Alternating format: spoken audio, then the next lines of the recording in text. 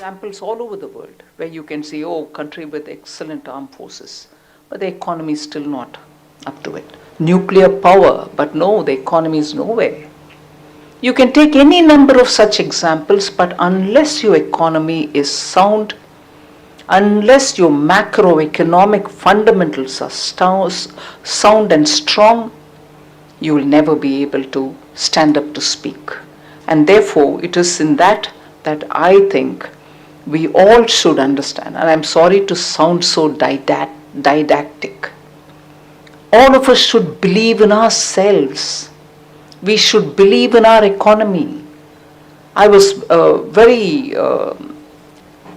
interested and also amused to hear the Vice Chancellor speak that we need to see the numbers for what they are. Look at the numbers. Just don't look at the numbers, but analyze them.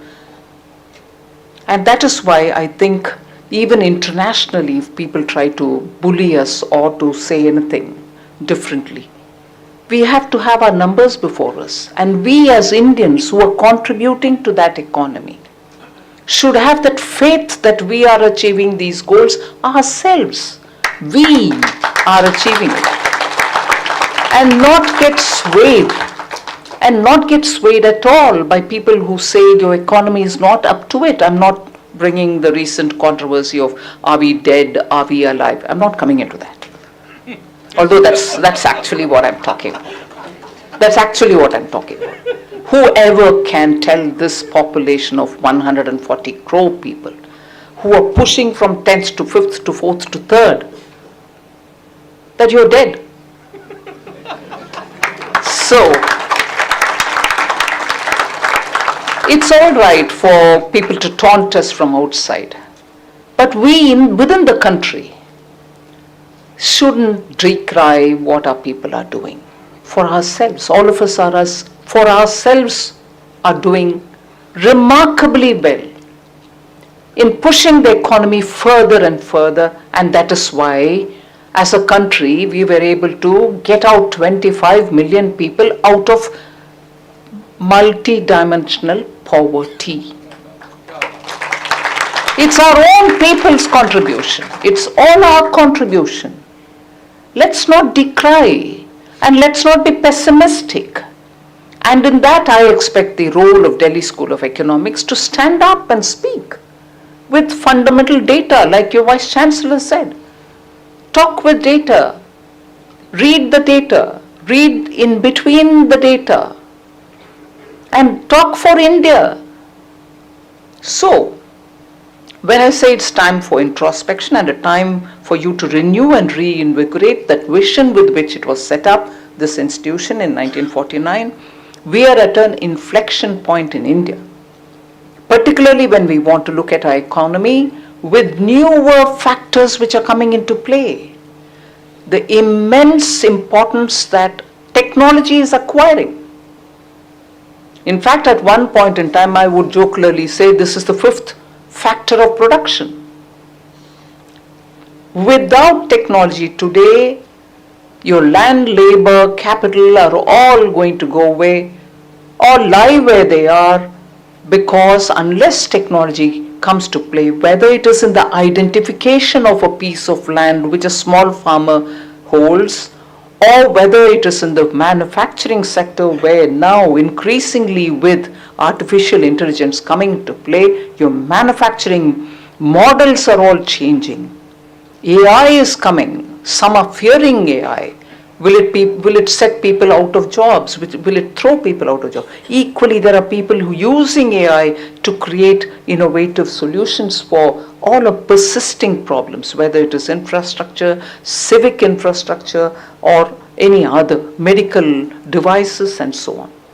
So I would think technology is playing such an immense role that all of us studying the economy should factor that in when you're looking at what are the kind of things happening in the economy, what are the factors at play, and what value addition does it bring in, and why do economies which have adapted technology in all fields move fast on growth, whereas those who are sitting behind and watching or probably keeping it confined to some sectors are not able to give the benefit to everybody, to use technology and progress, are limiting their growth.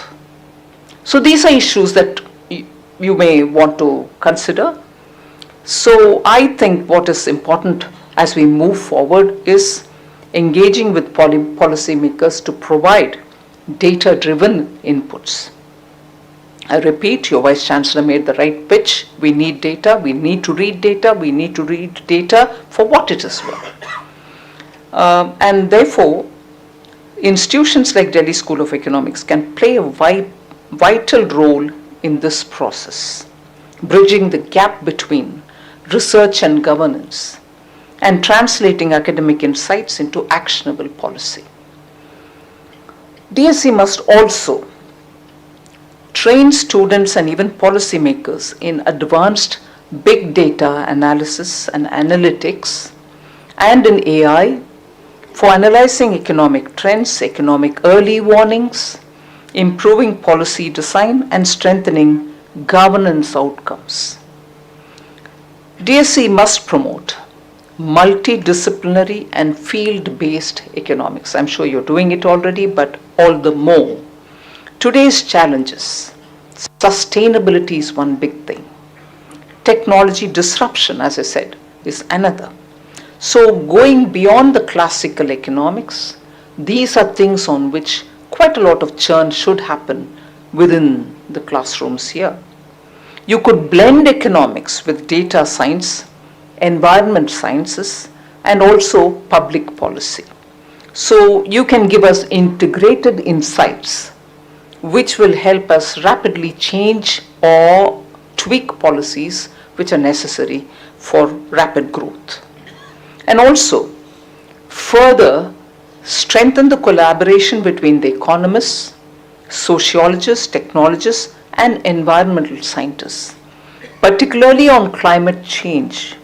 And here I pause a moment to say, you may have several COP meetings, COP21, COP26, COP29, the one which is going to happen in Brazil, in a particularly not so developed city on the fringes of the Amazon, Belém, actually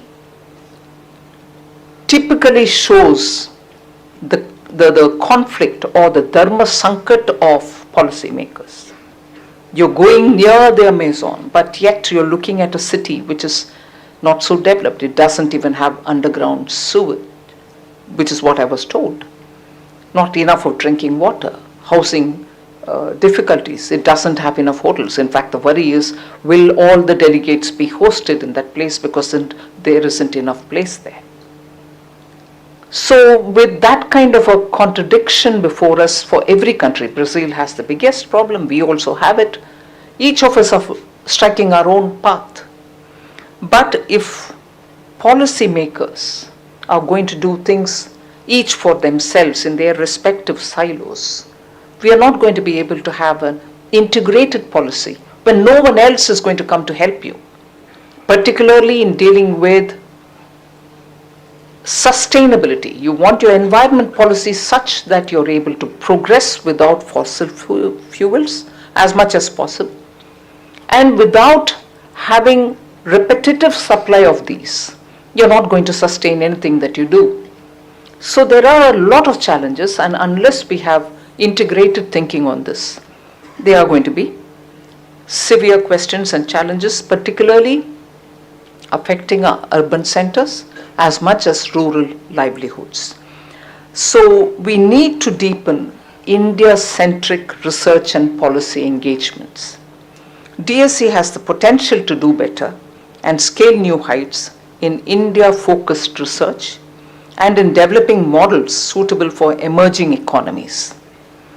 So, as many international economic theories are Western-centric, many things which can be done in India are being indigenously designed, and that's how it should be. But yet I want theories which are going to be emerging from India, which will not just suit India, but suit the global south. Many of the problems that we face when we import formulations which are Western centric. We have our own difficulties in tailor making them after it comes, retrofitting them. The same is the problem for many of the African countries, emerging market economies. At least in that, India has its own, for the last several decades, tried to build its own systems. More of this should happen. You should increasingly focus on India-specific economic questions, leveraging the intellectual capital to produce research that directly informs Indian policy making. Empirical and data-driven studies are required on, let's say, fiscal federalism, GST reforms, financial inclusion, employment elasticity, and also on, as I said, climate finance. DSE actually has a unique position to be able to play a very important role to help various state governments across India frame their economic policies. I would think this is a very interesting area in which you are uniquely placed, because you view the entire country, at the same time you know difficulties which some states face. You should also do that. So, also I expect the DSE to improve and develop better field immersion programs where students work briefly with districts, MSMEs, SHGs and cooperatives to understand the ground level realities behind data and economic analysis. In this, I will put before you, in doing so, like in studying at the district levels, I would think if you were to focus on what has happened in the last 10 years, for instance, on women's empowerment based women's upliftment. If you look at it even from the districts, national policy and some states' own policies have literally moved a lot of things towards women. Women farmers being empowered, drone didis in villages, which are actually fantastic change in empowering women, not because they're holding and operating a drone, but it has given them an independent agency with which they're able to call the shots about where they would want to do it, for what they would want to do, will they handle pesticides, will they prefer to use organic chemicals, or will they sit with the farmers and talk about it, or have they become a layer in entrepreneurial skills so that under them there are several others who do the same. So Lakpati Didis, the other, which has driven women to become entrepreneurs with the help of banks.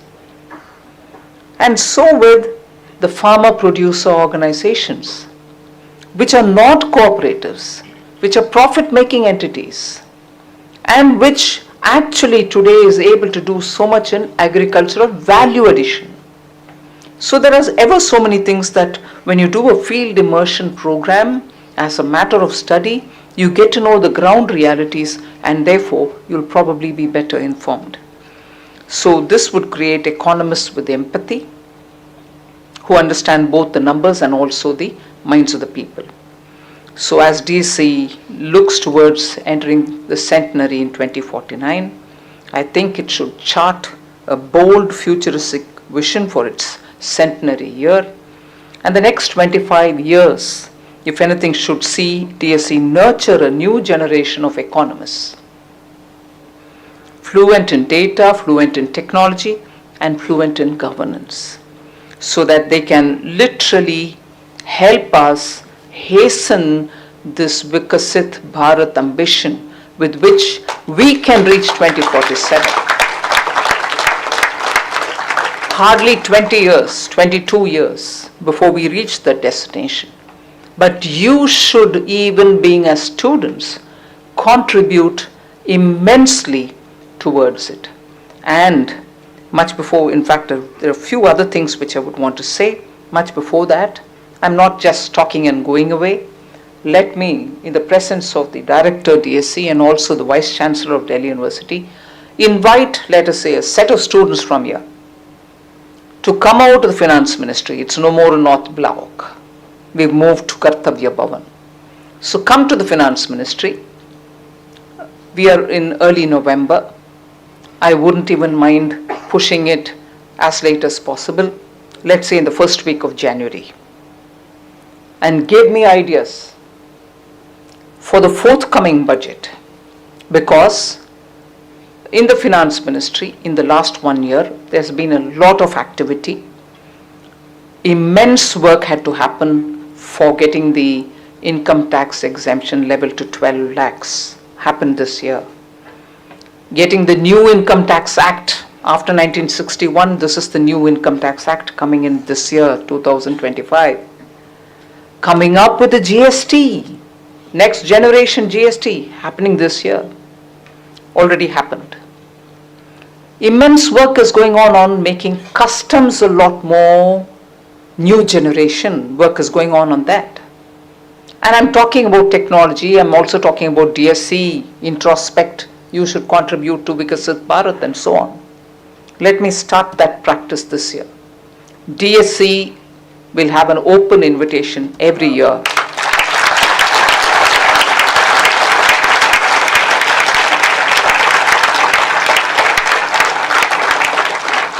Let it be sometime between December, early January, not too late in January, ideally in December, this time because I've announced it a bit later, to come with a set of things that you would like to see in the budget. Let this practice happen every year from now.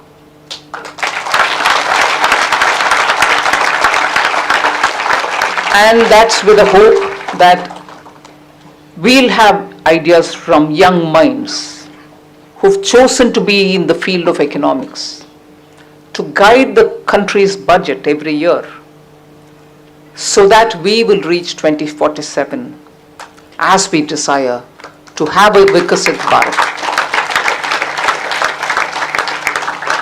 So Director and Vice Chancellor can engage with my office, get the date when you're ready to come and meet us and brief us. And I assure you, I'll have the entire Finance Ministry's secretaries sit and listen to you, other than myself.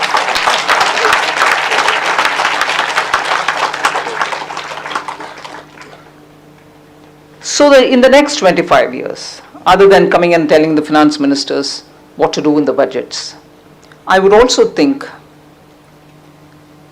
the new generation economists, the young economists, should make sure that the Indian perspectives are part of the global economic debates, not just responding to them.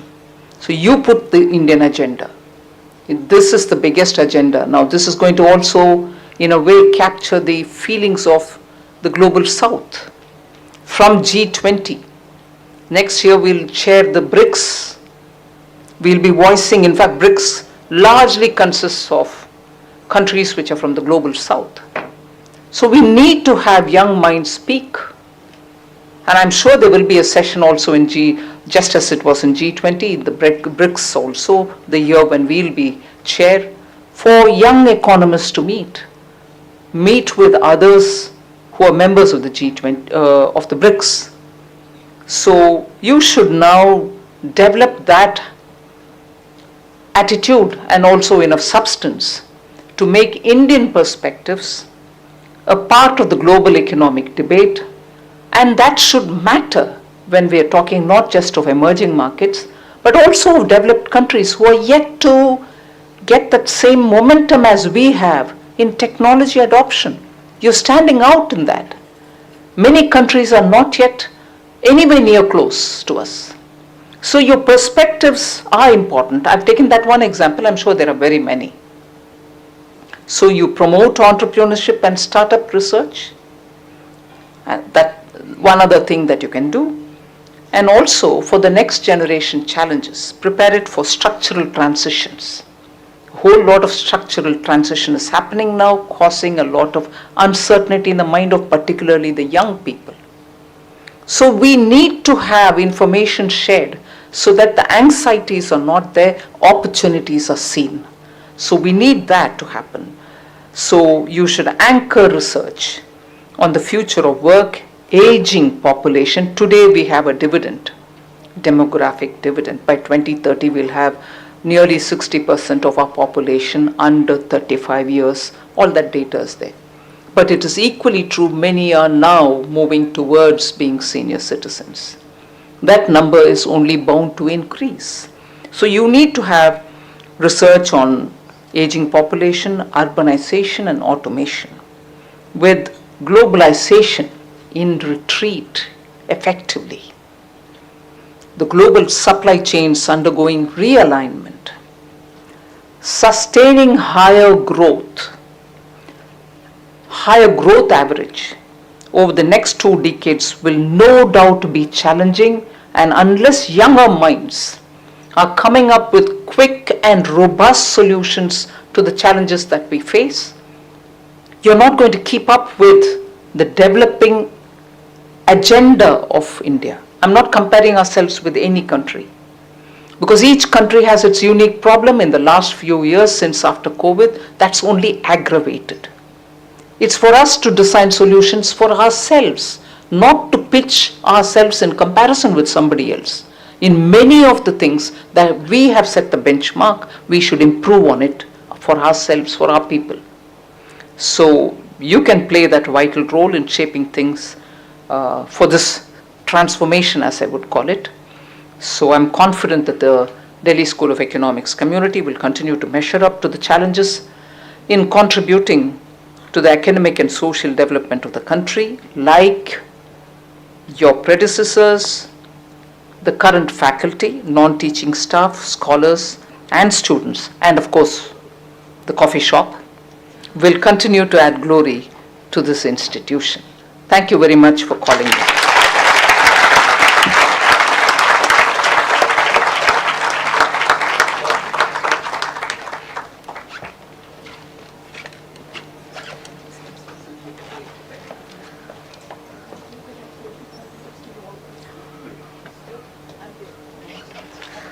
Thank you so much, ma'am, for such an insightful and delightful address. Now, I invite Professor Ram Singh to coordinate the Q&A session.